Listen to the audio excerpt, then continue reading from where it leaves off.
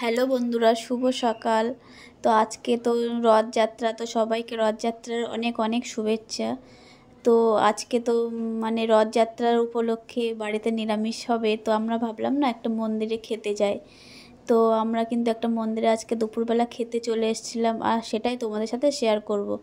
এখানে ছিল দিদির মেয়ে, আমি আর জামাইবাবু ছিল, আগে বাইকে যাচ্ছে আর কি। তো আমরা কিন্তু মাঝে মাঝে এমন মন্দিরে প্রসাদ খেতে যাই। আর আজকে যেহেতু রথযাত্রা, ওই জন্য আরও বিশেষ করে যাওয়াটা হচ্ছে। তো তোমরা পুরো ভিডিওটা দেখতে থাকো। আর আজকে কিন্তু প্রচণ্ড বৃষ্টিও হচ্ছে সকাল থেকে আমাদের এদিকে। তোমাদের দিকে কি কোনো বৃষ্টি হচ্ছে? যদি বৃষ্টি হয় সেটা কিন্তু কমেন্টে জানিও। আর দেখো, আমরা কিন্তু প্রথমেই চলে এসেছিলাম গঙ্গার ঘাটে আর কি। আর এখন জোয়ারের সময়, এখন প্রায় 12:30 বাজে, এরকম টাইমে জোয়ারই হয়। তো দেখো, সবাই কিন্তু স্নান করছে জোয়ারে। আর আমারও একটু ইচ্ছা ছিল গঙ্গায় স্নান করার, কিন্তু সেটা আর হয়ে উঠছে না, কিন্তু একদিন আসবো গঙ্গাতে। তো যাই হোক, তারপরে কিন্তু আমরা একটু এখানে বসেছিলাম, তারপরে একটু ভিডিও করলাম, ছবি তুললাম। আর এই যে ব্যারেলটা দেখতে পাচ্ছ, আমরা কিন্তু এখান থেকে গঙ্গা জল নেব আর কি। আর তোমরা কিন্তু পুরো ভিডিওটা দেখতে থাকো।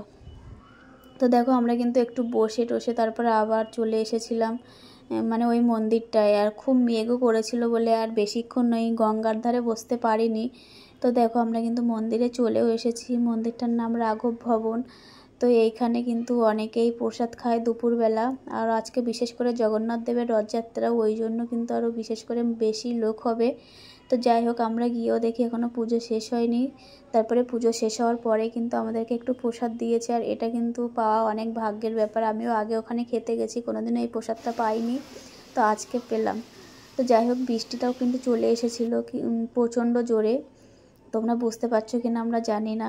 তো যাই হোক, দেখো, তারপরে আমরা কিন্তু এখানে খেতে বসেছি। প্রথমে প্লেট দিয়ে গেল, তারপরে গ্লাস দিয়ে গেছে, আর তারপরে কিন্তু জলও দিয়ে গেছিলো। তো যাই হোক, তারপরে দিল সাদা ভাত। তোমরা কিন্তু পুরো ভিডিওটা দেখবে, কেউ স্কিপ করো না। আর এটা ছিল কুমড়ো শাক। আমি তো প্রথমে ভেবেছিলাম এটা মনে হয় শুক্তো, তারপরে খেয়ে দেখি না, এটা কুমড়ো শাক। আর সাথে ছিল ডাল। তো ডাল আর কুমড়ো শাকটা কিন্তু খেতে ভালোই ছিল। আর আমি কিন্তু সব ভাত মেখে নিয়েছি, কারণ ডালটা সব ভাতে মেখে গেছিলো, তাই জন্য। আর দিয়েছে এখানে মোচার আলুর একটা তরকারি, আর এর ভিতরে কিন্তু নারকেল কোড়ানো ছিল, নারকেল কুড়ে তাই দিয়েছিল আর কি, ছোটো ছোটো করে, কিন্তু খেতে দারুণ হয়েছিল। আর ছিল এখানে ওল দিয়ে আলু দিয়ে একটা তরকারি। তো যাই হোক, ওইদিকে কিন্তু একজনের মেয়ের মুখে প্রসাদ দিতে এসেছে, তো সেটাও আমি একটু ভিডিও করে নিলাম। আর দেখো, দিয়ে গেছে শেষ পাতে চাটনি আর পরমান্ন। আর এটা কিন্তু পায়েস বলে না কেউ, পরমান্ন বলতে হয় মন্দিরে। তো যাই হোক, এটাই ছিল আজকের খাওয়া দাওয়া। আর সত্যি বলতে প্রত্যেকটা তরকারি কিন্তু খুব সুন্দর হয়েছিল খেতে।